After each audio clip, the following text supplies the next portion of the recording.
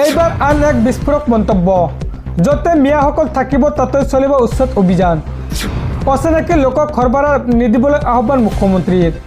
মুখ্যমন্ত্ৰী ডক্টৰ হিমন্ত বিশ্ব শৰ্মাৰ এই বিস্ফোৰক মন্তব্য সবিস্তাৰে চাওক।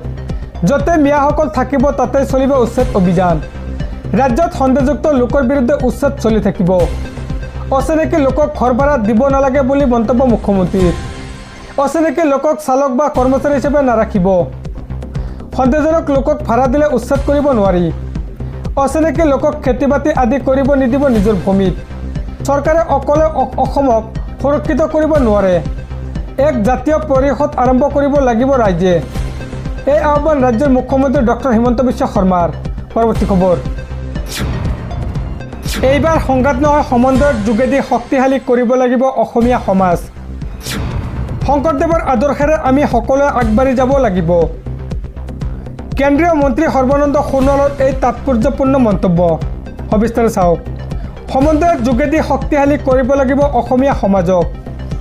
সমাজক শক্তিশালী কৰিবলৈ প্ৰয়োজন নাই সংঘাতৰ। সকলোৱে আমি মিলাপ্ৰীতিৰে থাকি আগবাঢ়ি যাব লাগিব। কেন্দ্ৰীয় মন্ত্ৰী সৰ্বানন্দ সোণোৱালৰ এই তাৎপৰ্যপূৰ্ণ মন্তব্য। সমন্বয়ৰ শক্তিশালী বাতাবৰণ সৃষ্টি কৰিবলৈ দায়বদ্ধভাৱে কাম কৰিব NDA চৰকাৰে। শংকৰদেৱৰ আদৰ্শেৰে আমি সকলোৱে আগবাঢ়ি যাব লাগিব। সমন্বয়ৰ যোগেদি শক্তিশালী কৰিব লাগিব অসমীয়া সমাজক। সমাজ শক্তিশালী কৰিবলৈ হ'লে কাজিয়া সংঘাতৰ প্ৰয়োজন নাই। এই মন্তব্য কেন্দ্ৰীয় মন্ত্ৰী সৰ্বানন্দ সোণোৱালৰ। পৰৱৰ্তী খবৰ, ভোট চুৰিক লৈ লোকসভাত অমিত শ্বাহক চেলেঞ্জ দিছে ৰাহুল গান্ধীয়ে। ভোট চুৰিক লৈ লোকসভাত অমিত শ্বাহক চেলেঞ্জ ৰাহুল গান্ধীৰ। সাহস আছে যদি মোৰ 3খন সংবাদমেলক লৈ বিতৰ্ক কৰক। কিদৰে ভোট চুৰি হয় ব্যাখ্যা আগবঢ়াওক অমিত শ্বাহে। সবিস্তাৰে চাওক।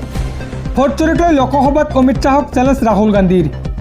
সাহস আছে যদি মোৰ 3খন সংবাদমেলক লৈ বিতৰ্ক কৰক। কিদৰে ভোট চুৰি হয় তাৰ ব্যাখ্যা আগবঢ়াওক অমিত শ্বাহে। সদনৰ বাহিৰতো সংবাদ মাধ্যমৰ সন্মুখত বিস্ফোৰণ মন্তব্য ৰাহুল গান্ধীৰ।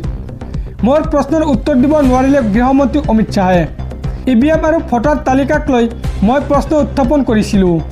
বিজেপিৰ নেতাই আহি হাৰিয়ানা আৰু বিহাৰত ভোট দি যায়। মই মোৰ সংবাদমেলত সেই কথা তথ্য সহকাৰে উদঙাইছোঁ। কিন্তু ইয়াক লৈ উত্তৰ দিব পৰা নাই গৃহমন্ত্ৰী অমিত শ্বাহে। ভোট চুৰিক লৈ লোকসভাত অমিত শ্বাহক চেলেঞ্জ ৰাহুল গান্ধীৰ। পৰৱৰ্তী খবৰ,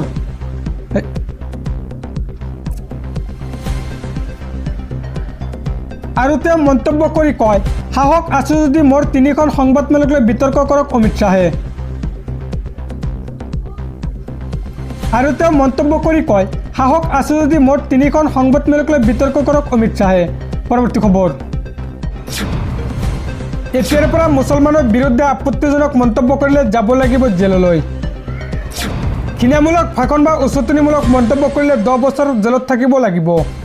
সবিস্তাৰে চাওক। ঘৃণামূলক ভাষণ বা উচতনিমূলক মন্তব্য কৰিলে 10 বছৰ জেলত থাকিব লাগিব। উচতনিমূলক মন্তব্য দিয়া লোকক বিহা হ'ব 1 লাখ টকা পৰ্যন্ত জৰিমনা। কৰ্ণাটকৰ কংগ্ৰেছ চৰকাৰে আনিলে ঘৃণামূলক ভাষণ বিৰোধী বিধেয়ক। বিধানসভাত হেড স্পীচ হেড ক্ৰাইমৰ বিৰোধী বিধেয়ক উত্থাপন। ঘৃণামূলক ভাষণ দিলে প্ৰথমে 1 পৰা 7 বছৰ জেল আৰু বিহা হ'ব 50,000 টকা জৰিমনা।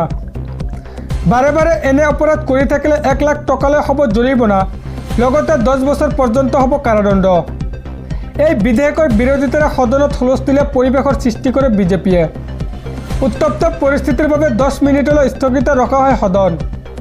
এই আইনে বিজেপিৰ নেতাসকলক টাৰ্গেট কৰি উত্থাপন কৰা হোৱা নাই বুলি মন্তব্য ৰাজ্যখনৰ গৃহমন্ত্ৰীৰ।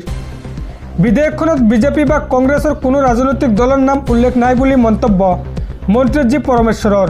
পৰৱৰ্তী খবৰ, ছিংগাপুৰত কেনেকৈ মৃত্যু হ'ল জুবিন গাৰ্গৰ। কাইলৈ ফাদিল হ'ব সকলো ৰহস্য। SITয়ে কাইলৈ দাখিল কৰিব জুবিন গাৰ্গৰ মৃত্যুৰ তদন্তৰ চাৰ্জশ্বিট। কি আছে চাৰ্জশ্বিটত অপেক্ষাৰত সকলো। সবিস্তাৰে চাওক।